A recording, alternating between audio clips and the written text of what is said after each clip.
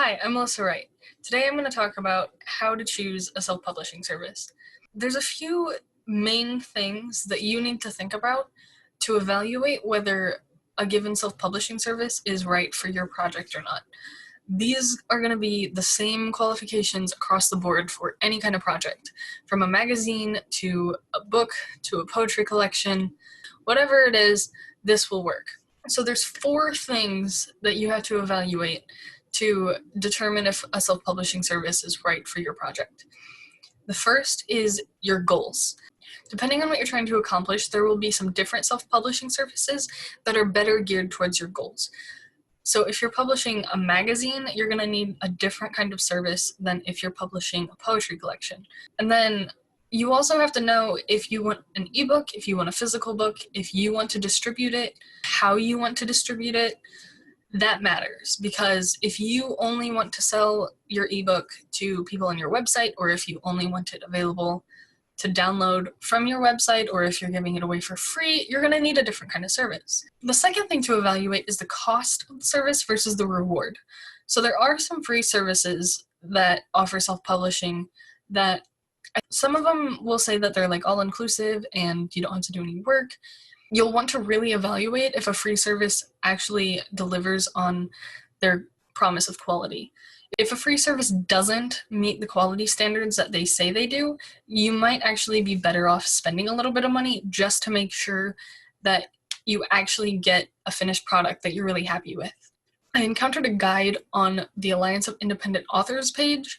They actually have a code of ethics with which they rate different self-publishing services, either their partner services that fully meet the requirements and have been vetted and investigated by the Alliance of Independent Authors, or they're recommended, or they have a mixed review where it's maybe like an ethical publishing choice, but it doesn't fully meet the code, or it could be not recommended, or it could be strongly advised against. I'll leave a link to that page in the description below. Once you think you have found a service that fits your needs, be sure to check it out there, at least as a first step, just to see what they have to say about it, look at how they're evaluating it, and see if you agree with it or not. And that can give you kind of a head start on, these are some options to look into that are reliable and trustworthy, versus don't even try this service because it is not a good idea. So the third thing is the ease of use of the service. A lot of the services are web-based, and depending on the software they have, depends on how easy to use, depending on how new it is. And even if it is an older software and it is a little bit more difficult to use, they might have other benefits. So depending on how technologically savvy you are and how important it is that it's super easy and straightforward to upload your files and everything, depends on how important that item actually is. The last thing you need to think about is the quality of the finished product that the service delivers. Does a printed book from this company look good? Does it feel good? Does it seem to be high quality printing, high quality binding?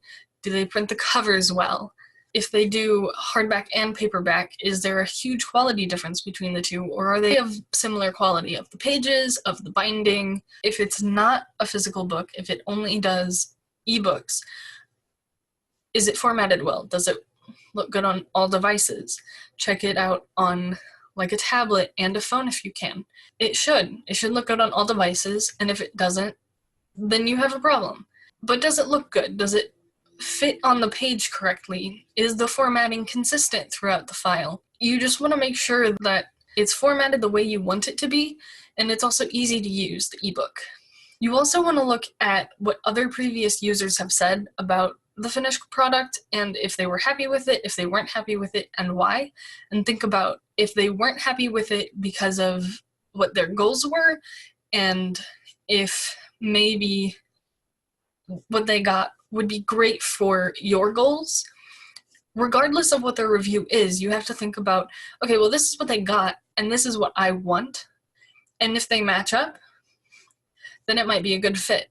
Check other reviews as well. Don't just check one or two. Try to find as many user experiences as possible just to really get a feel for this is what you get as a result through this service.